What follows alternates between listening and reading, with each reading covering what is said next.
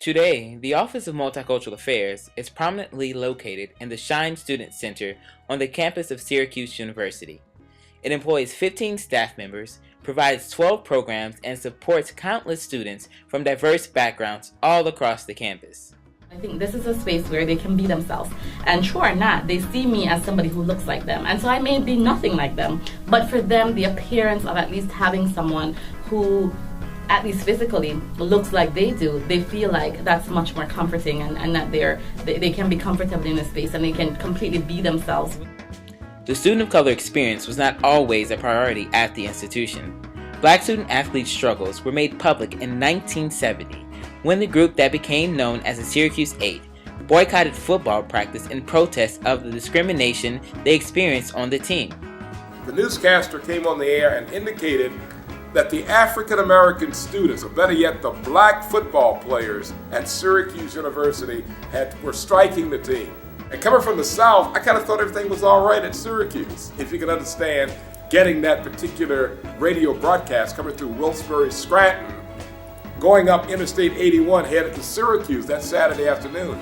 And I said to myself, oh my God, there are problems at Syracuse, and I'm headed there. This time of student activism continued with the African American Student Association several years later.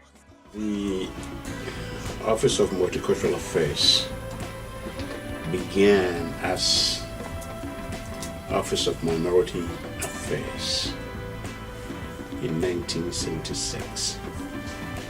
After a group of students who were members of the Student African American Society had challenged the university for space and location in the system where they could really feel that they belong. OMA is an office that came out of a student need. Actually, a little bit student activism. The African American students who came to Syracuse in the late 1960s and the early 1970s were reflecting basically the civil rights movement. And of course, Dr. King got assassinated in 1968, which really created a more dynamic bit of activism, black power and all. And those were the students who were surfacing here at Syracuse University.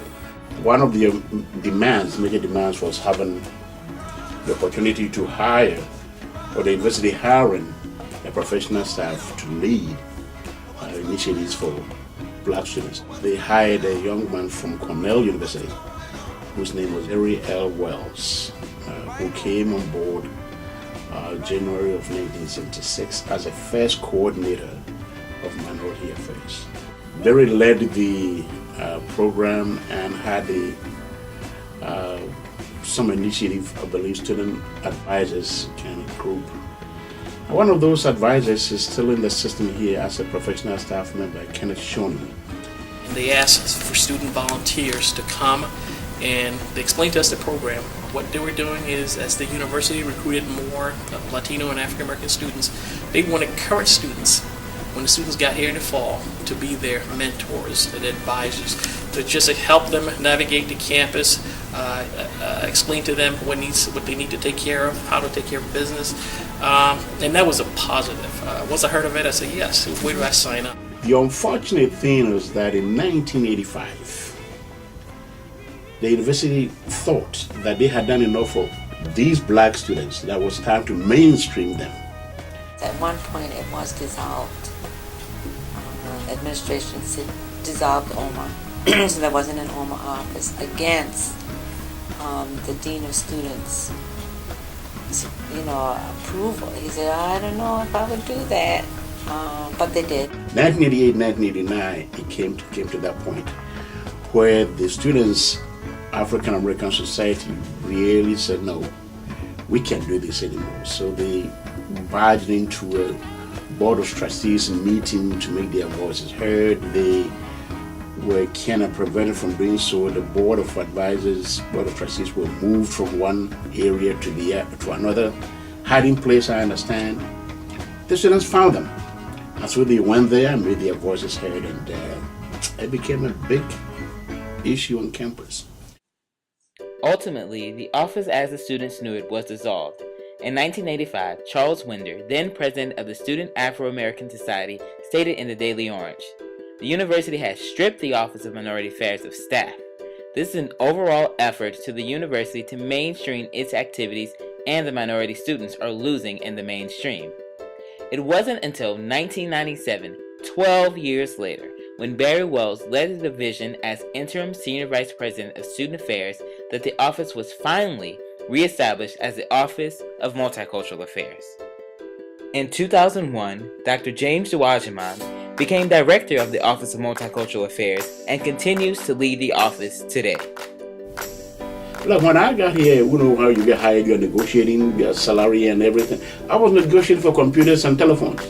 We were doing all the work, supporting the kids as best we could with what resources we had. And to look at the staff now is amazing. I don't think an Office of Multicultural Affairs would exist or would need to exist if it wasn't really important.